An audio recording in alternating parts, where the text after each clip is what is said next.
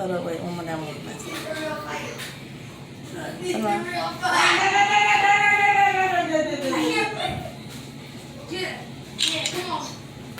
Yo, Ask My Wedge, Instagram, Facebook, YouTube.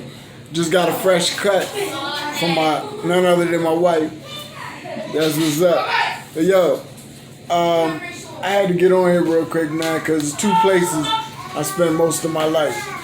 Philadelphia and Philadelphia, Pennsylvania, and Georgia. Okay, I must just say Pennsylvania, not just Philly, but Pennsylvania and Georgia. From Philly to North Philly, South Philly, to West Philly, to Mount Airy, to Greater North Philly, and Scranton, Pennsylvania. Oh my goodness, Trenton, New Jersey, all of that, Camden, all of that Philly. You know, I spent a lot of my young years there, unsupervised by parents. You know, on my own. You know, surviving, and of course I was with a lot of family throughout the whole metro. Anyway, right now, that's my new barber right there. Anyway, right now I'm in the metro Atlanta and Brunswick. I've been all through Georgia, also North Georgia, South Georgia. I grew up in Brunswick, Savannah, Griffin, Georgia, Cartersville, Marietta, Jessup, Georgia. You know, all through Georgia and Atlanta, Georgia, North Georgia. So something hit my heart when they was talking about a legacy or somebody in my lifetime, somebody that means a lot to me because of the position and timing of me knowing this person and being influenced by this person, making part of who I am today. And that's Naseem Richardson. Man, you know what was crazy is I met his kids, his two boys, Rock and Tiger, well, everybody know them. I believe stepchildren. I met them way before I met him because, you know, he was never wanting to be in the spotlight, but he definitely had the knowledge to put you in the spotlight. So he was a leader, and he caused these two young boys' name to be all over Philly when I was a little older than them. So I really got to understand how popular they were.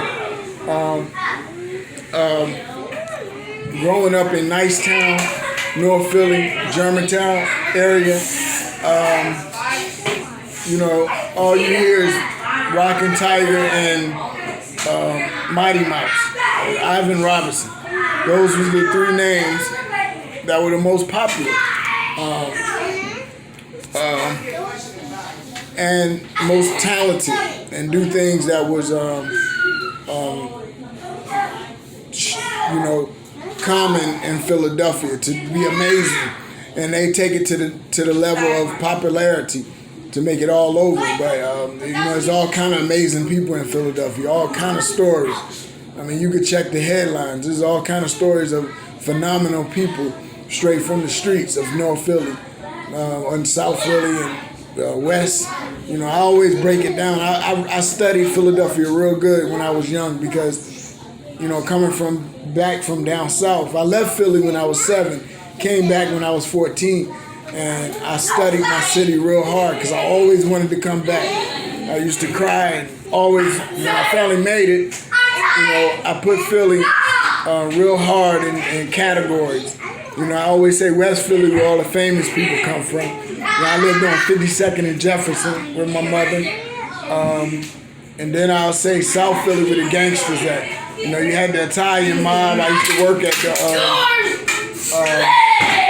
the Spectrum. I used to sweep up and clean up at the Spectrum. Then you have North Philly, which is my birthplace, the Temple University. I was all through North Philly, and North Philly was just real authentic, real talented people.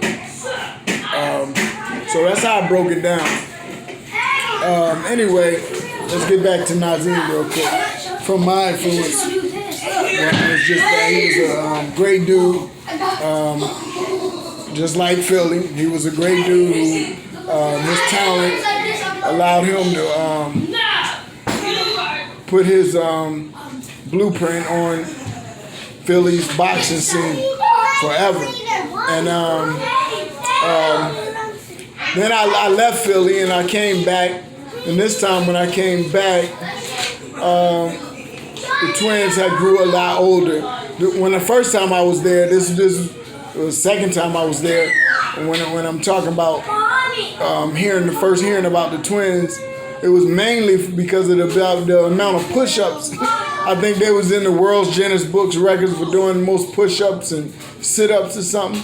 And me now growing up with all these kids, and I'm having like 6 boys myself, I realized the influence you have to have on kids to get them to be in the world's Guinness Books record, which how good of a father you have to be to get them to achieve something like that. How much hard work you have to do with them. I can realize it. But so when I was there at that point of time, I can't remember the dates, man. It'd be too hard. But I came back the second time to Philly. I believe this was in 97, 98. And this was my last stint in Philly. I ain't been back since 2000. But 98, when I fought Demetrius Hopkins in the amateurs. And another guy named, what's his name? Demetrius and it was the 2 top welterweights in Philadelphia. And, I had a chance to beat them both. I was stronger than both of them. I was older too, but I was stronger and I had a chance to beat them.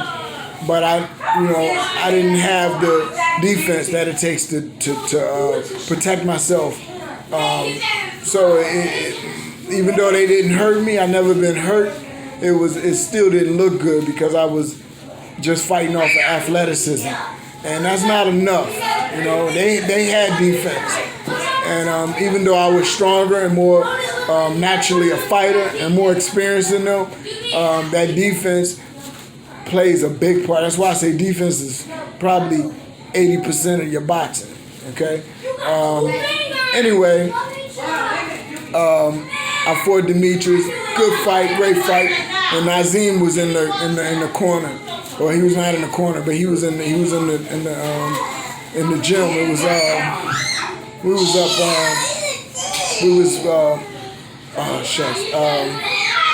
was a gym way up West Philly, like by 69th Street. 69th Street. I can't remember the name. But anyway, we was up there, and this gym had more money to it than us. It was an Italian neighborhood, and they had more money. It was a nice gym, nice setup. But anyway, we was rumbling, man. I was after this joker real hard, but because of defense and my ability to not have defense also makes your condition look bad. When you don't have defense, you don't have that time period where you can regather yourself and go back again. But I just go, and I blew out, and I didn't get hurt, but you ain't gonna win like that. Then I fought this other guy who Demetrius used to have issues with, was a tough guy. Another guy who went national and everything. Oh shoot! His name was I don't know why I can't remember his name. Wow. Anyway, I fought him, and I did so phenomenal with him and couldn't believe that I even lost. I lost because I had got a cut on my eye somewhere right here, and they stopped the fight because I had him. By the second round, he was just running. I was just coming in like a mad dog. My cousin was there, my late cousin, Maurice Antoine DeBose, much love. But anyway, Naseem was a heck of a dude, man. His influence on Philly and children will forever be missed. I remember going over with to Champs Gym up by Lehigh, Lehigh Avenue and Allegheny up that way. My dad, that's my dad, growing. That's his old neighborhood where he grew up at. But anyway, I remember going up there and first time seeing Naseem get an attitude, and he and my trainer at that time, Howard Mosley, got into a fight, and they was going at it. It wasn't a real fight, but it was crazy. And Naseem went outside to get his gun out his car, and I was scared to death. You know, I think I was just coming from down south too. I was up in North Philly, and we was up in the gym, and this trainer just snapped and said he gonna go get his gun and shoot him. So he ran out to the car, and everybody was just like, "Oh!" I guess they wasn't scared because they know how that Naseem usually get. But much love, Naseem, and all y'all family, man. May Allah bless that brother in the next life, and may y'all forgive him, and may he forgive, and may Allah forgive him, and may y'all forgive him, and guide him, and allow him to be in the best of the next world. I mean.